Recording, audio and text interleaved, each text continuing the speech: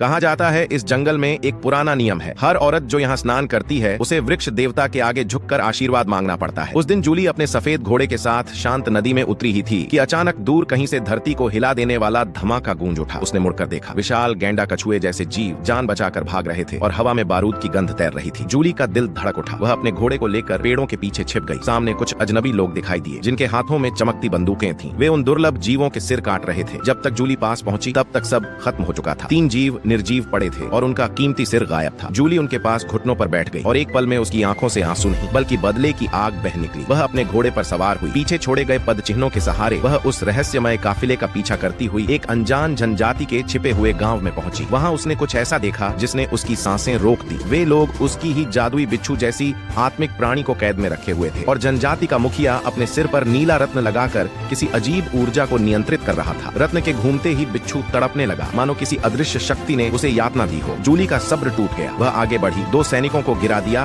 और कैद तोड़ने ही वाली थी कि पीछे से अचानक एक साया उभरा, एक मुक्का आया और फिर सब अंधेरा छा गया। जब जूली को होश आया, वह लकड़ी के क्रॉस पर बंधी हुई थी और सामने वही सरदार खड़ा था। धीरे धीरे मुस्कुराते हुए बोला, अब देखेंगे जंगल किसका है। अगर आप लड़की को बचाना चाहते हो तो वीडियो को लाइक करके चैनल को सब्सक्राइब कर लो।